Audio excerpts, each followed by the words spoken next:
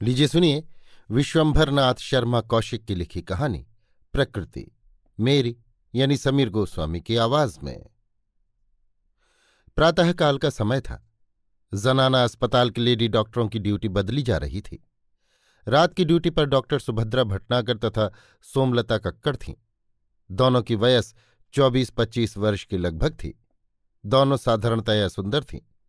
सुभद्रा का वर्ण गेहुआ और सोमलता का वर्ण गोरा था। अतएव सुभद्रा की अपेक्षा सोमलता कुछ अधिक सुंदर जचती थी। दिन की ड्यूटी पर जो आई थी उनमें एक मुसलमान जोहरा अंसारी और दूसरी हिंदुस्तानी ईसाई मार्गरेट ब्लाइथ थी। सोमलता मार्गरेट से अंग्रेजी में बोली, प्राइवेट वार्ड रूम नंबर 7 के बच्चा हो गया है। सब ठीक हो गया? मार्गरेट ने पूछा। हाँ, परंतु मरते मरते बची। उफ, कितना कष्ट हुआ है उसे शांत करने के लिए मुझे मार्फिया इंजेक्ट करना पड़ा। भगवान बचावे। पहला बच्चा है शायद? हाँ। तभी बाज औरतों को पहला बच्चा होने में बड़ा कष्ट होता है। खैर, और कुछ? बस मुझे तो रात भर उसी रूम में रहना पड़ा। इतना कहकर सोमलता चल दी। मैं भी आ रही हूं, सुभद्रा ने सोमलता की ओर लपकते हुए कहा। सोमलता ठिठक गई। सोमलता तथा सुभद्रा दोनों एक ही क्वार्टर में रहती थीं। अस्पताल के कंपाउंड में ही इनका क्वार्टर था। सुभद्रा के आ जाने पर दोनों क्वार्टर की ओर चलीं। दोनों मौन थी। सोमलता में विचार मग्नता थी। सुभद्रा थकी हुई सी जान पड़ती थी। क्वार्टर पहुंचकर दोनों अपने अपने कमरे में चली गईं। नित्य क्रिया से निवृत्त होकर दोनों एक बीच के कमरे में, जो बैठने उठने के लिए था और दोनों के साझे में था, आ बैठी। मेज पर एक अंग्रेजी का अखबार रखा हुआ था। दोनों ने उसके पृष्ठ आपस में बांट लिए और पढ़ना आरंभ किया। इसी समय एक प्रौढ़ा स्त्री ने, जो दोनों का भोजन बनाती थी, 2 प्याली चाय और 2 तश्तरी टोस्ट मेज पर रख दिए। दोनों अखबार पढ़ते हुए चाय पीने लगीं। 20 मिनट के पश्चात सुभद्रा ने अखबार रखकर जमाई लेते हुए अंगड़ाई ली। अंगड़ाई लेकर बोली, आज बड़ी थकावट है, नींद लग रही है। नींद तो मुझे भी लगी है, सोमलता ने भी जमाई लेते हुए कहा। रात में सोने का जरा भी अवसर नहीं मिला, सुभद्रा बोली। अच्छा, यही दशा मेरी भी रही। उफ, मैं तुमसे क्या कहूं सुभद्रा, बच्चा होने में इतना कष्ट मैंने पहले कभी नहीं देखा। होता है, जिन स्त्रियों का शरीर स्वाभाविक रूप से पूर्ण विकास पर नहीं पहुंच पाता, उनको कष्ट अधिक होता है। उसकी दशा देखकर तो विवाहित जीवन से भय लगता है। तो सबको इतना कष्ट थोड़े ही होता है, बहुतेरियों को तो जरा भी कष्ट नहीं होता। हाँ हाँ, ये ठीक है, परंतु संभावना तो रहती ही है, सोमलता ने मुंह बनाकर कहा। तो इससे तुम्हारा तात्पर्य क्या है? क्या तुम्हारा विचार विवाह करने का है? सोमलता कुछ सिटपिटाकर बोली, नहीं, मैंने बात कही। सुभद्रा मुस्कुराई। सोमलता को सुभद्रा का मुस्कुराना बुरा लगा।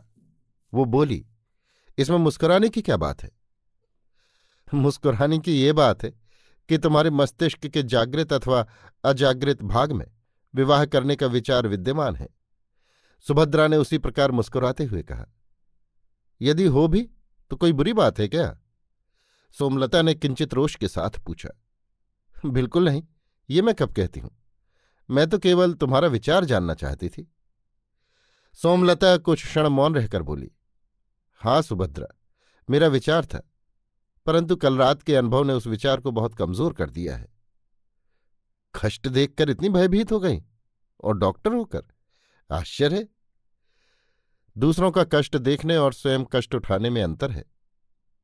हाँ हाँ, मैं उस अंतर को मानती हूं, परंतु इतना नहीं कि मुझ पर उसका आतंक छा जाए। अच्छा, क्या तुम्हारे हृदय में विवाह करने का विचार कभी नहीं उठता? नहीं, परंतु उसका कारण विवाह का आतंक नहीं है। मेरा सिद्धांत यह है कि जब बाजार में दूध मिल सकता है, तब गाय पालने का झंझट क्यों किया जाए? बात तो ठीक कहती हो, परंतु। हाँ हाँ, कहो। बाजार का दूध केवल दूध की आवश्यकता को पूरा कर सकता है। इससे अधिक तुम और क्या चाहती हो? क्या चाहती हूं ये ठीक नहीं बता सकती, परंतु कभी कभी जीवन बड़ा नीरस और सूना मालूम होता है। उदास रहने का रोग तो नहीं हो रहा है? नहीं, मेलिंकोलिया नहीं है। तब क्या कारण है? ये मैं स्वयं नहीं बता सकती।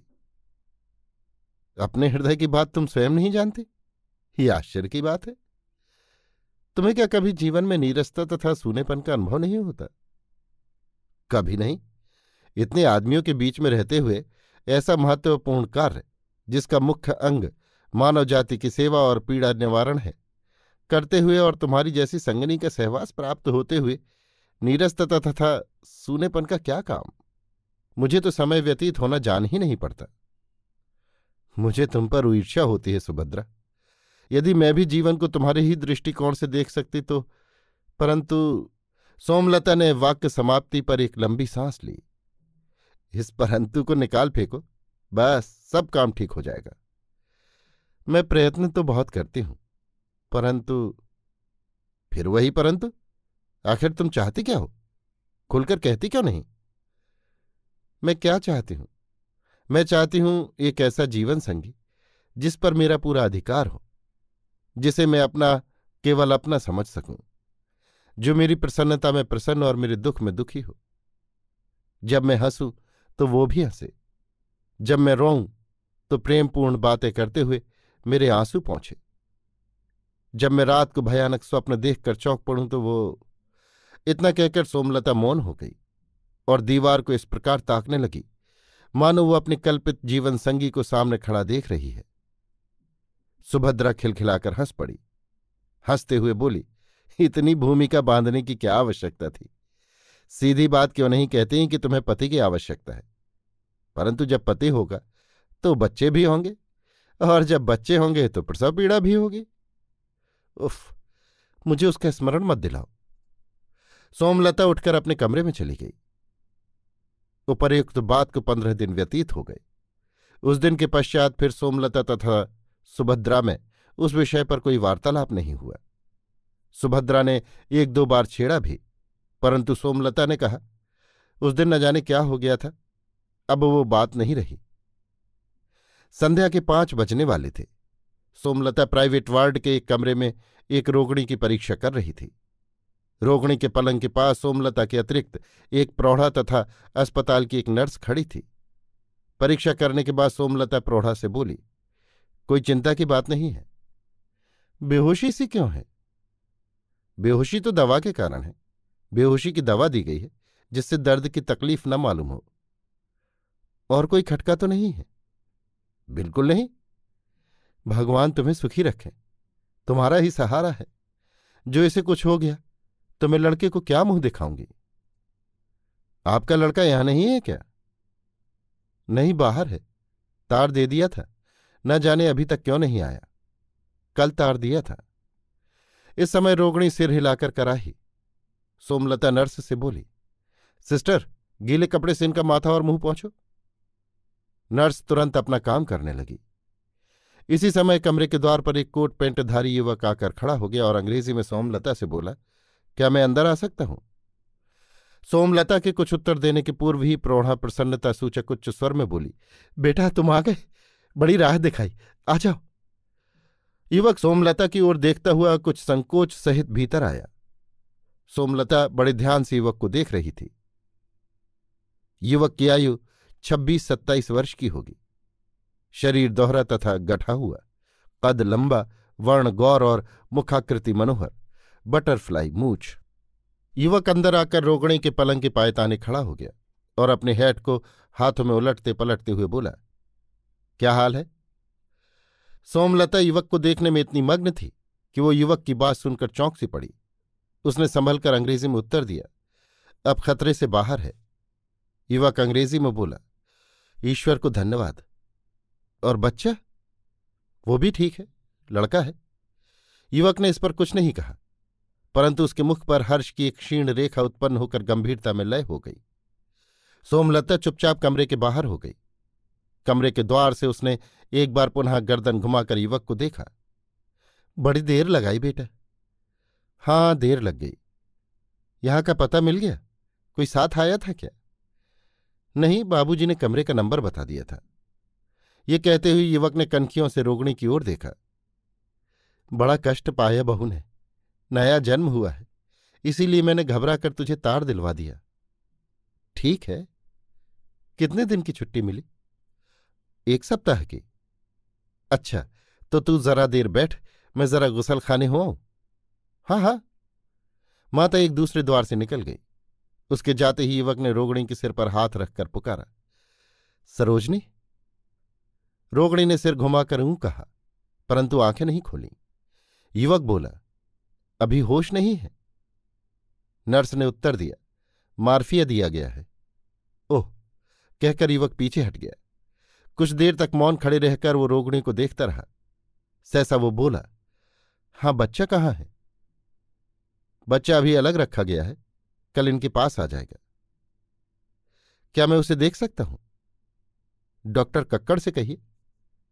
डॉक्टर कक्कड़ कौन? वही जो अभी यहां से गई हैं। अच्छा, लेकिन वे तो चली गई।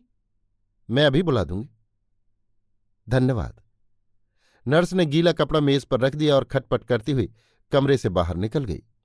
युवक आगे बढ़कर रोहिणी के मुख पर हाथ फेरने लगा। कुछ क्षण पश्चात युवक की माता तौलिए से मुंह पहुंचती हुई आई। युवक तुरंत पीछे हट गया। अंदर आकर माता ने कहा, अब जरा जी हल्का हुआ। नर्स चली गई? आती है। इसी समय नर्स आ गई और बोली, आ रही हैं। कै बजे की गाड़ी से आया? माता ने पूछा। अभी चला ही आ रहा हूं, घर पर असबाब रखकर इधर चला आया। तो अब तू जा, कपड़े वपड़े उतार जाकर, मैं तो रात में यहीं रहती हूं। अकेली? नहीं, अभी थोड़ी ही देर में मेहरी आ जाएगी, वो मेरे पास रहेगी। तब ठीक है। इसी समय सोमलता आ गई और आते ही उसने पूछा, क्या आप बच्चा देखना चाहते हैं? हाँ, यदि कोई हर्ज न हो तो। अच्छा, तो आइए। अच्छा तो मां, मैं अब जाता हूं। हाँ, जाओ। युवक सोमलता के पीछे पीछे चला। कुछ ही दूर चलकर सोमलता एक बड़े कमरे में प्रविष्ट हुई। इस कमरे में बच्चों के छोटे छोटे अनेक पलंग एक कतार में बिछे हुए थे।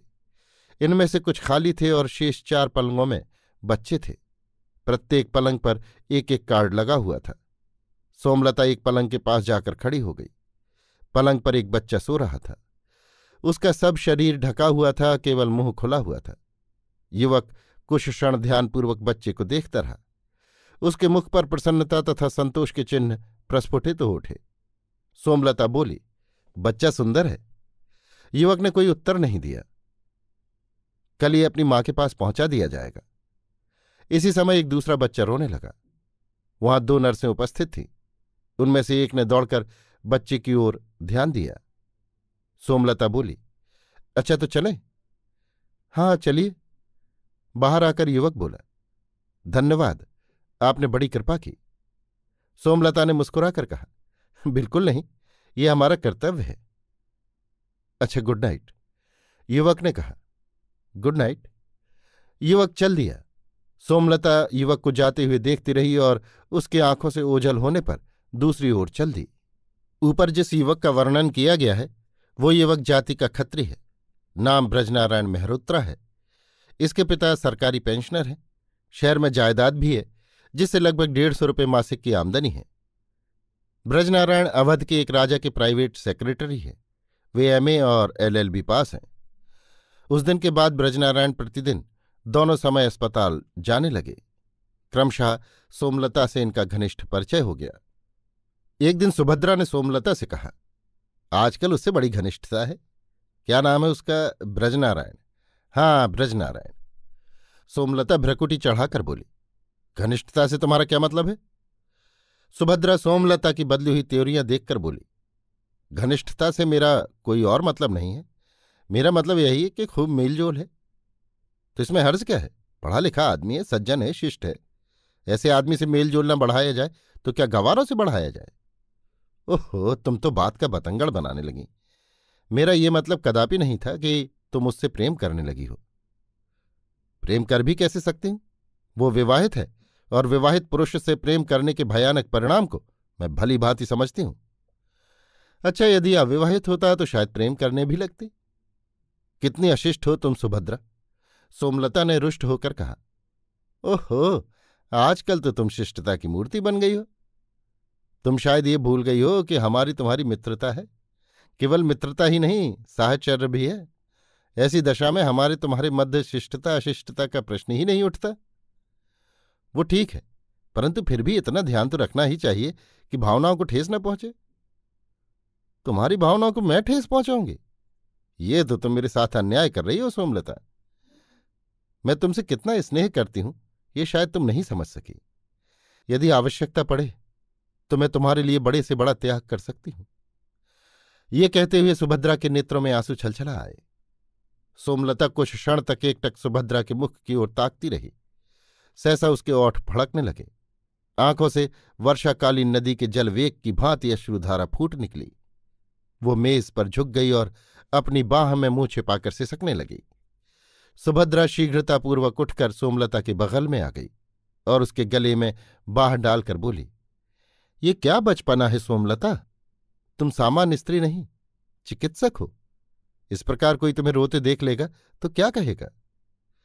सोमलता अपने को संभाल कर आंसू पोंछती हुई बोली, क्या चिकित्सकों के हृदय नहीं होता? होता है, परंतु काफी कड़ा। छोटी छोटी बातों से वो प्रभावित नहीं होता। छोटी बात हो तब ना।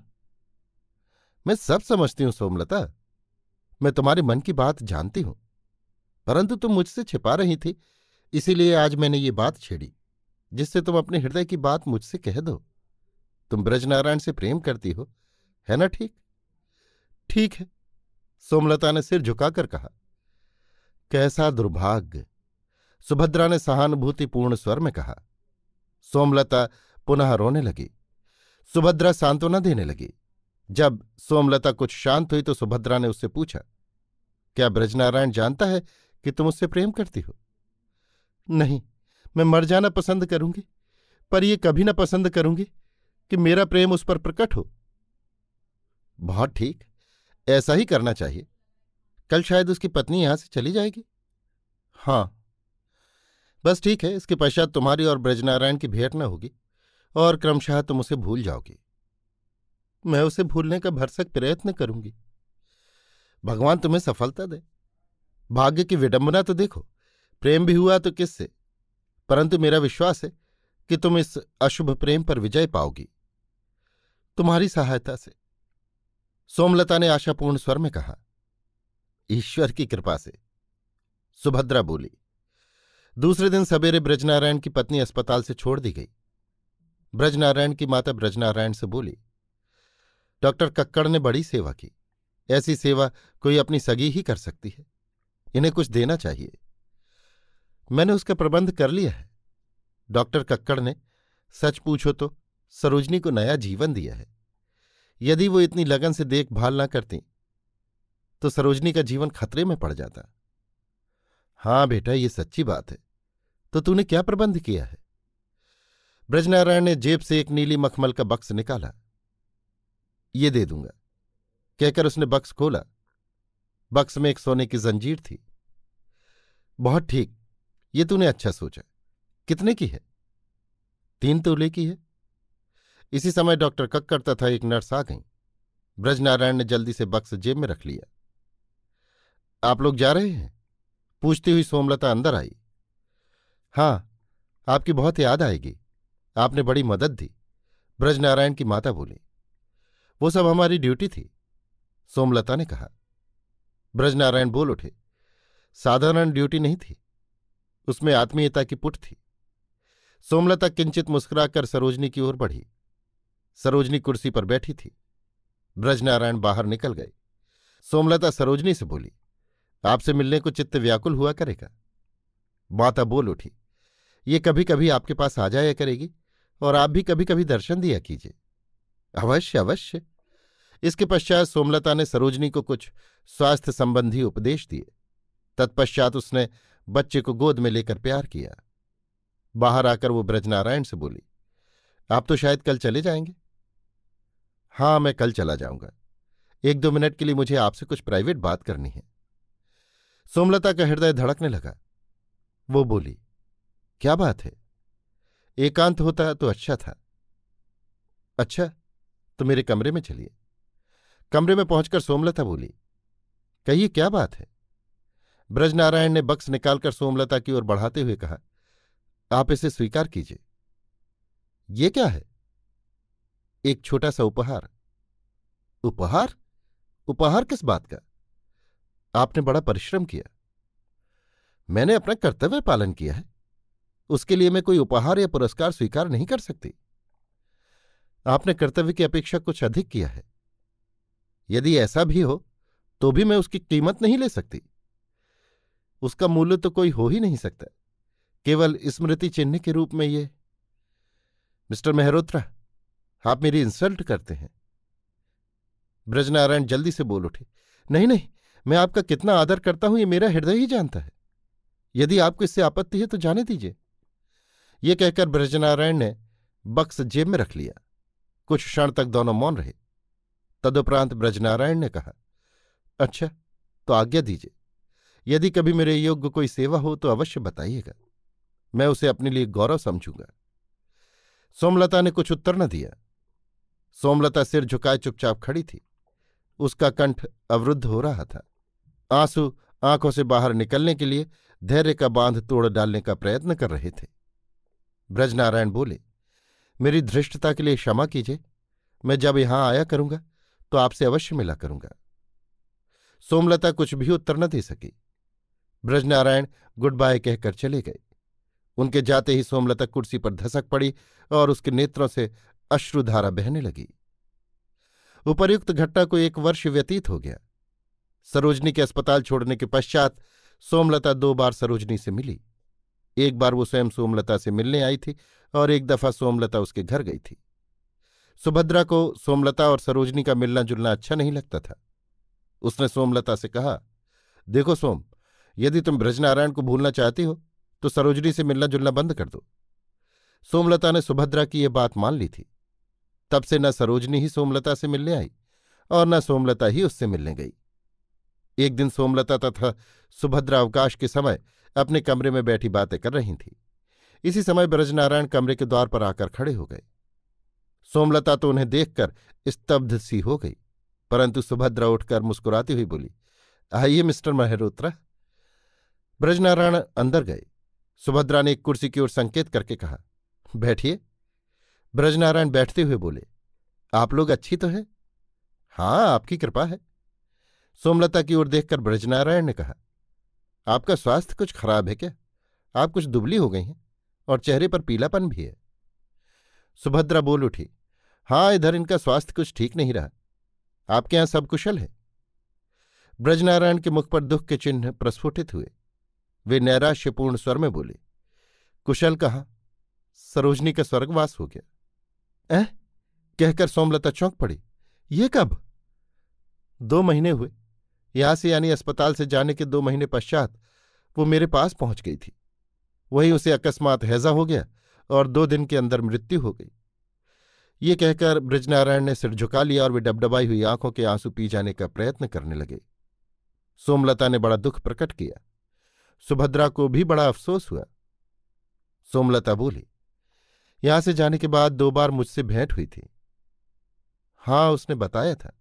वो बहुधा आपको याद किया करती थी और आपके स्नेहपूर्ण व्यवहार की बड़ी प्रशंसा किया करती थी। बच्चा तो अच्छा है? हाँ, वो तो अच्छा है। उसे मैंने मां के साथ भेज दिया था, वहां उसे कौन रखता। इसके पश्चात थोड़ी देर तक ब्रजनारायण और बैठे। विदा होते समय वे बोले, मैंने सोचा आपसे मिलता भी चलूं और ये दुखद समाचार भी सुना दूं। सोमलता ने पूछा, अभी रहिएगा? हाँ, 2 दिन और रहूंगा। यदि अवकाश मिला तो चलते समय फिर मिलूंगा। ब्रजनारायण के जाने के पश्चात सोमलता बोली, थोड़ी देर सो लूं, बड़ी नींद लगी है। ये कहकर सोमलता उठ गई। सुभद्रा किंचित विषादयुक्त स्वर से अपने ही आप बोली, भाग्य से कौन लड़ सकता है। दूसरे दिन ब्रजनारायण अपने कमरे में बैठे थे। उनके सामने सुभद्रा उपस्थित थी। सुभद्रा कह रही थी, मैंने सब बातें आपको बता दी, अब आप जो उचित समझें करें। मुझे इसका आभास तो कुछ कुछ मिल गया था कि सोमलता मुझसे प्रेम करती है, परंतु निश्चय नहीं था। आज आपके कहने से विश्वास हो गया। सोमलता सी पत्नी पाकर मैं अपने को धन्य मानूंगा। मैं उससे वचनबद्ध भी हूं। जिस समय उसने मेरा उपहार अस्वीकार किया था उस समय मैंने उससे कहा था कि मेरे योग्य कभी कोई सेवा हो तो बताना। मैं उस सेवा के करने में अपना गौरव समझूंगा। इस दृष्टि से भी मैं इस प्रस्ताव को अस्वीकार नहीं कर सकता। यदि केवल सेवा के विचार से आप इस प्रस्ताव को स्वीकार करते हैं तब तो। नहीं नहीं, ऐसी बात नहीं है। मैं सच बताऊं, इस समय मैं ऐसा महसूस कर रहा हूं कि मैं सोमलता से पहले से ही प्रेम करता हूं। हाँ, यदि ऐसा है तब तो बड़ी खुशी की बात है। अच्छा, तो मैं अब जाती हूं। आप सोमलता से मिलिएगा? हाँ, शाम को मिलूंगा। सुभद्रा की प्रतीक्षा सोमलता बड़ी बेचैनी के साथ कर रही थी। सुभद्रा के पहुंचते ही उसने पूछा, क्या हुआ? तुम्हारे भाग्य का फैसला? ब्रजनारायण भी तुमसे प्रेम करता है, शाम को आएगा। सोमलता के मुख पर कांति आ गई। वो बोली, सुभद्रा, मैं तुम्हारा ये स्नेह इस जन्म में नहीं भूल सकूंगी। पगली, सुभद्रा ने हंसकर कहा। सोमलता ने उठकर सुभद्रा का मुख चूम लिया और हरणी की भांति कुलांचे भरती हुई अपने कमरे में चली गई। सुभद्रा अपने ही आप बोली, प्रकृति कितनी प्रबल है। अभी आप सुन रहे थे विश्वंभरनाथ शर्मा कौशिक की लिखी कहानी प्रकृति, मेरी यानी समीर गोस्वामी की आवाज में।